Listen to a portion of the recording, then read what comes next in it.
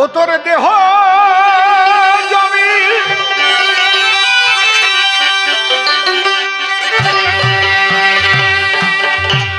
তোর দেহ জমি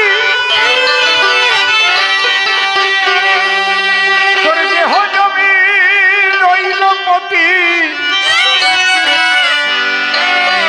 কেন চাষ করিলি না মন চাষা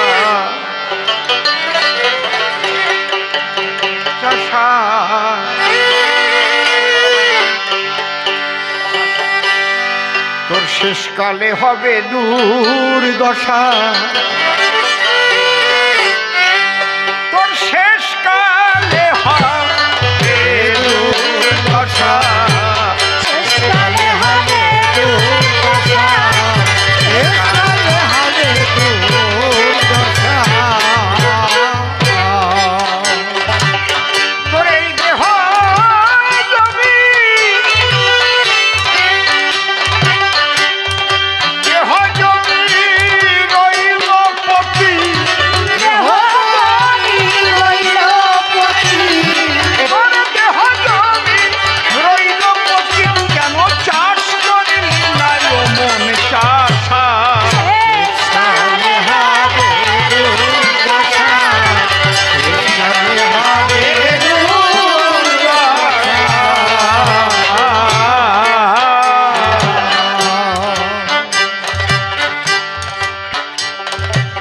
জমি তো এক রকমের নয়। বসে শোনেন বিজ্ঞ শ্রোতা, মনে পড়ে যায় বলি রাজার কথা।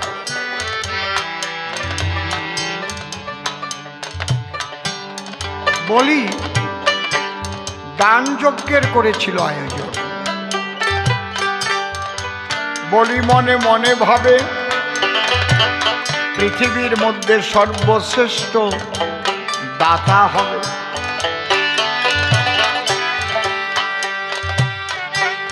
ঘোষণা দিল তবে যে যাহা চাইবে তার ধারে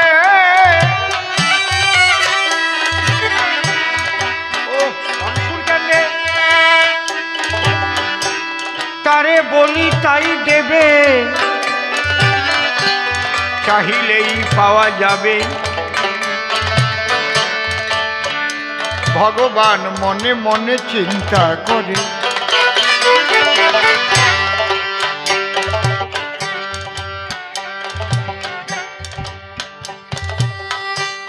ভগবান কি করিল,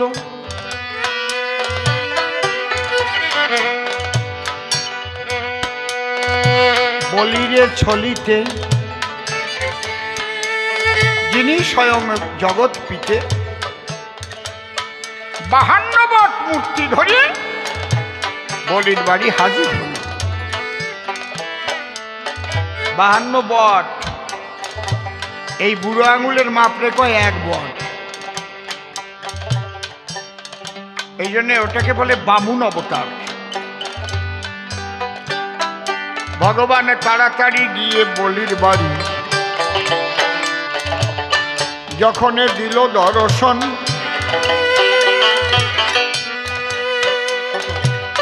বলি রাজা ডেকে কয়, দেখো তো এই বামুন বীর কি চায়, ওর মনোবাসনা করো হোক পূরণ।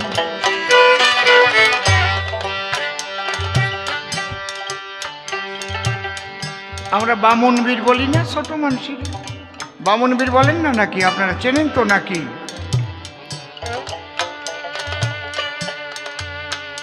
দাঁড়ায় তার গৃহস্থলে ভগবান ডেকে বলে, দেখো অত অহংকার করা ভালো না, আগে তুমি দেখো ভেবে আমি যা চাবো তুমি তাই দেবে। ত্রিসত্য অঙ্গীকারে আবদ্ধ হতে হবে, মনে মনে করহ চিন্তন। বলি রাজা মনে ভাবে এই বামুন বীর কি ভাষা,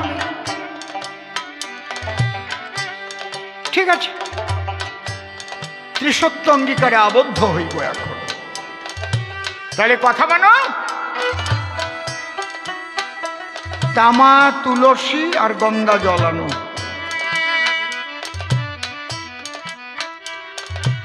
ওটা স্পর্শ করে বলতে হবে, বলি সকলের গোচরে, যাহা চাহিবে তাহা দেবে করে।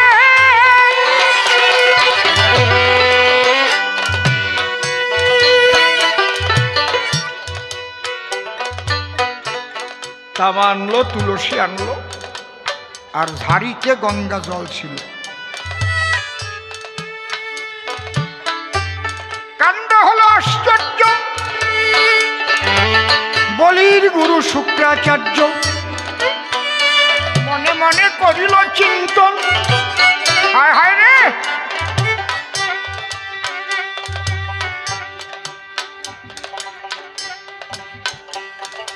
আজ নারায়ণ বামন বীর রূপ ধরে এসেছে ওর দ্বারে, ওর সব কিছু করিতে হরণ। মনে আমার আসে ভাবো, আমি একটু বৃহৎ মক্ষিকা হয়ে ওই ঝাড়ির নালের মধ্যে গিয়ে গঙ্গা জল বন্ধ করে দেব, ব্যাঘাত ঘটাবো।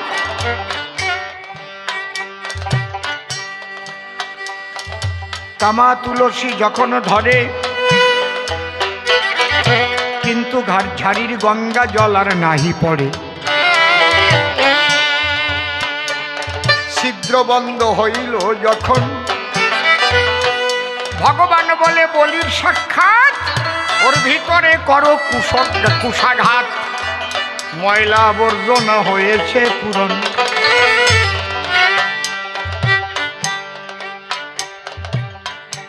যখন কুশ দিয়ে আঘাত করে,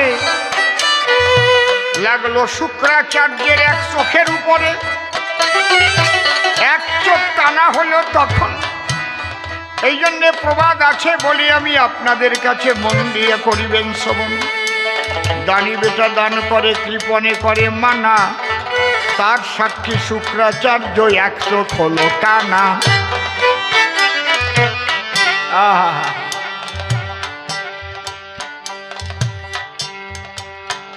তামা তুলসী গঙ্গা জল হাতে ধরে ত্রিসত্য অঙ্গীকারে আবদ্ধ করে ডেকে বলে স্বয়ং নারায়ণ, বলি তুমি কথা লবে, আমাকে ত্রিপদ ভূমি দেবে। বলে এই নিবার জন্য এত আয়োজন। 3 পা জমি, মাত্র ত্রিপদ ভূমি চাহিলে আমার কাছে তুমি। তার জন্য ত্রিসত্য অঙ্গীকারে আবদ্ধ করিলে কি কারণ? ছোট ছোট বাজাও, ছোট ছোট শুনতে দাও মানুষদের, তুমিও শোনো। নারায়ণ বলে তবে তাহলে এবার জমি দিতে হবে। আমি রাখি আমার দুটি যে চরণ, দুটি যে চরণ,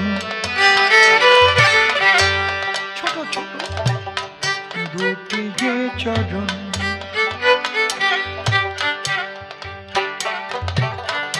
ভগবান কি করিল? 2 পা দিয়ে স্বর্গবর্ত পাতালে ঢেকে দিল। বলি রাজাই অবাক হল তখন, মনে মনে ভাবে তাই জীবনে এমন তো আর দেখি নাই, এ তো সব ভূমি করেছে হরণ। বলি ডেকে বলে তাই, যাক তোমারও আর পা নাই, আমারও আর জমি নাই, তাহলে জানিয়ে শুনিয়ে তুমি করো ভগবান। ওই কথা শোনার পরে নারায়ণ নাভিস্থল থেকে 3য় পা বের করে, বলে এই চরণ কোথায় আমি করিব রক্ষণ।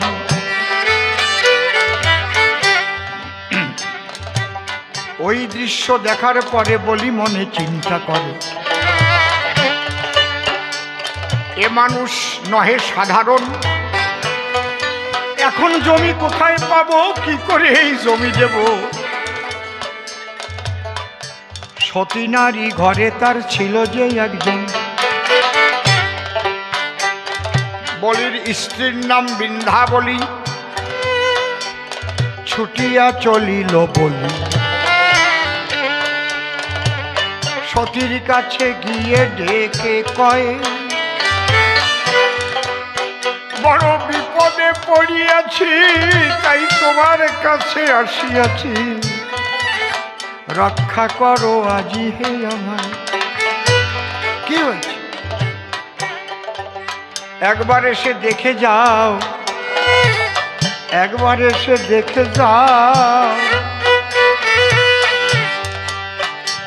নাভিস্থল থেকে বেরিয়েছে পাও, দুই পায়ে ঢেকেছে এ বিশ্বভুবন। আমি বলেছিলাম ওর ধারে যা চাইবে দেব তোমারে, এখন সব জমি দুই পায়ে করেছে হরণ।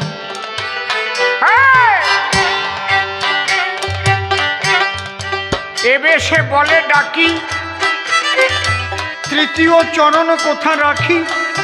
বৃন্দাবলী বলে দেখি, কেমন মানুষ রতন।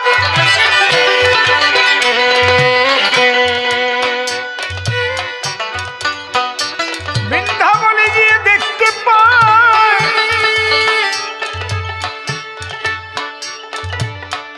এমন মানুষ তো জন্মে না কেউ দুনিয়ায়। নাভিস্থল থেকে পা হয়, ব্যাপারটা কেমন? তবে সাধারণ মানুষ নহে, বৃন্দাবলী ডেকে কহে, ভাগ্যবশে এসেছে মহামানব কোন জন। তুমি একটা কাজ করো, কি? এই যে তোমার 3.5 হাত দেহ জমি, এই জমি তো তুমি এখনো দেও না। মায়ের 4, বাবার 4, গুরুর দিয়ে 10, 18 মোকামের তত্ত্বে ভেরে মহালস। আমার হেন মনে লয় এ কোনো মানুষ নয়, হয়তো আমাদের দরজায় এসেছে সেই বৈকুণ্ঠের নারায়ণ। তোমার অহংকার চূর্ণ করিতে অহংচূর্ণ দীনবন্ধু এসেছে দরজাতে। এই সুযোগ তুমি হারাবে না এখন, তাড়াতাড়ি তুমি যাও, বসে চরণ তলে ডেকে কও, এখনো জমি বাকি আছে সনদি এমন। যখন বলবে কোথায় জমি, তখন কহিবে তুমি, আমার মা বাবা একত্তরে যে জমি দিয়েছে তোর কি করে দেহ জমি, তারে সাধু জনে কয়। তুমি এবার কৃপা করে তোমার তৃতীয় চরণ রাখো আমার এই জমির পরে, যাতে এই জীবন ধন্য। এ কথা যেই কহিল, আমার নারায়ণ তৃতীয় পা বলির মাথার পরে দিল। প্রেমানন্দে হরি হরি বল ভক্ত।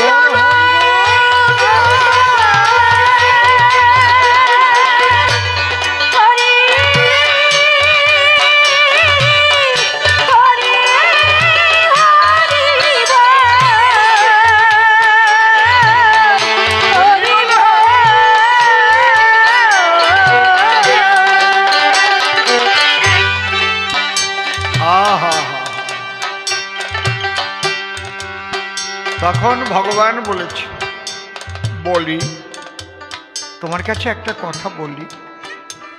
কি প্রভু?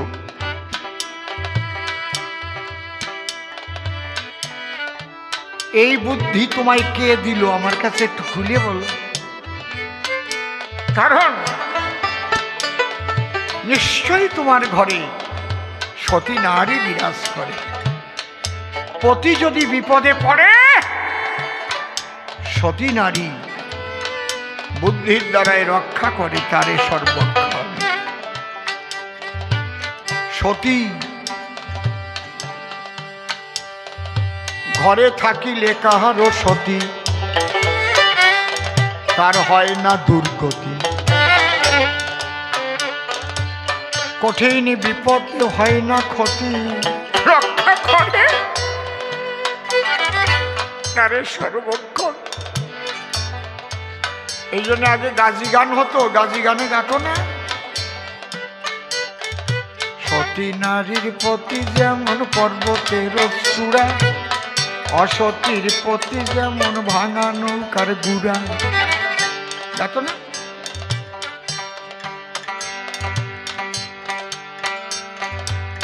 বাড়ির শোভা গুয়া নারকেল, ঘরের শোভা দোয়া, নারীর শোভা শীতে সিন্দুর মাথায় বান্ধে খোয়া।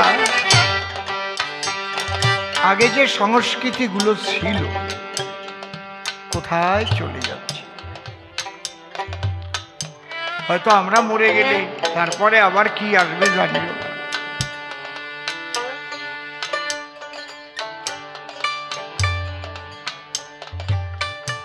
যেদিকে যাচ্ছে এখন পৃথিবী, তাই ভগবান বললেন তোমার ঘরে সতী আছে। সতী না থাকলে এই সূক্ষ্ম বুদ্ধির দ্বারায় তুমি বাঁচতে পারতে না। এই জন্যে শাস্ত্রে লেখা আছে সতী কাকে বলে? ক্রোধে হাস্যা রতিবেশ্যা, ভোজনে জননী সমা, বিপদে সুবুদ্ধি দাত্রী, সা নারী প্রাণদুর্লভা। স্বামী যদি ক্রোধ করে মৃদু হাসি দিয়ে অধরে, তখন সেই হাসির সাগরে স্বামীর ক্রোধ নিমজ্জিত করিয়া ফেলায়। ক্রোধে হাস্যা রতিবেশ্যা, স্বামী চাহিলে রতি হয় তার সতীর মতি। আর কি? ভোজনে জননী সমা, স্বামীকে সেবা দিতে যখন যায়, মা যেমন সন্তানকে আদর করে সেবা দেয়, ঠিক তেমন করে এটা একটু খাও, এটা একটু খাও, এটা না খাও, এইটা ভালো হয়েছে দেখো, আর এক মুঠ ভাত খাও, কয় না? তুমি না খাতে খাতে শরীর দিয়ে শুকিয়ে গেল। কি দিয়ে খাবা বলো? একটু মাগুর মাছের ঝোল রান্না করেছিলাম গোল আলু দিয়ে, ওটা ছোট ছেলেটার জন্য একটু রাঁধছিলাম, ওখান থেকে একখান মাছ দিয়ে মাখায় খাও তো একটু ঝোল নিয়ে, আর তোমার জ্বালায় মোটে বাঁচলাম না। ওইটা খাবার পরে কেননা বাটি ভরে দুধি সর নিয়ে আসলো, এই দেখো একটু সর রাখছিলাম, এইটু খাই দাও, খাতেই হবে। দেখেছি সতী নারী। আর যদি অসতী হয়, মনে মনে ভাবে ও যত কম খায় আমার দিক দিয়ে ভালো। একটা গল্প মনে পড়িছে, কব না? থাক, কব না। আমি বাবা বুড়ো মানুষ, খারাপ কথা কব কেন? কি বলবো? বলতেই হবে। আমার মানা করি দেখো, আমি না কয়ে যাই নাকি?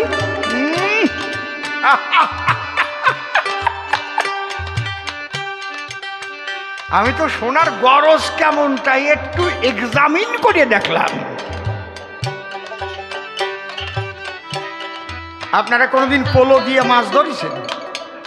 পোলো দিয়ে ধরেছেন?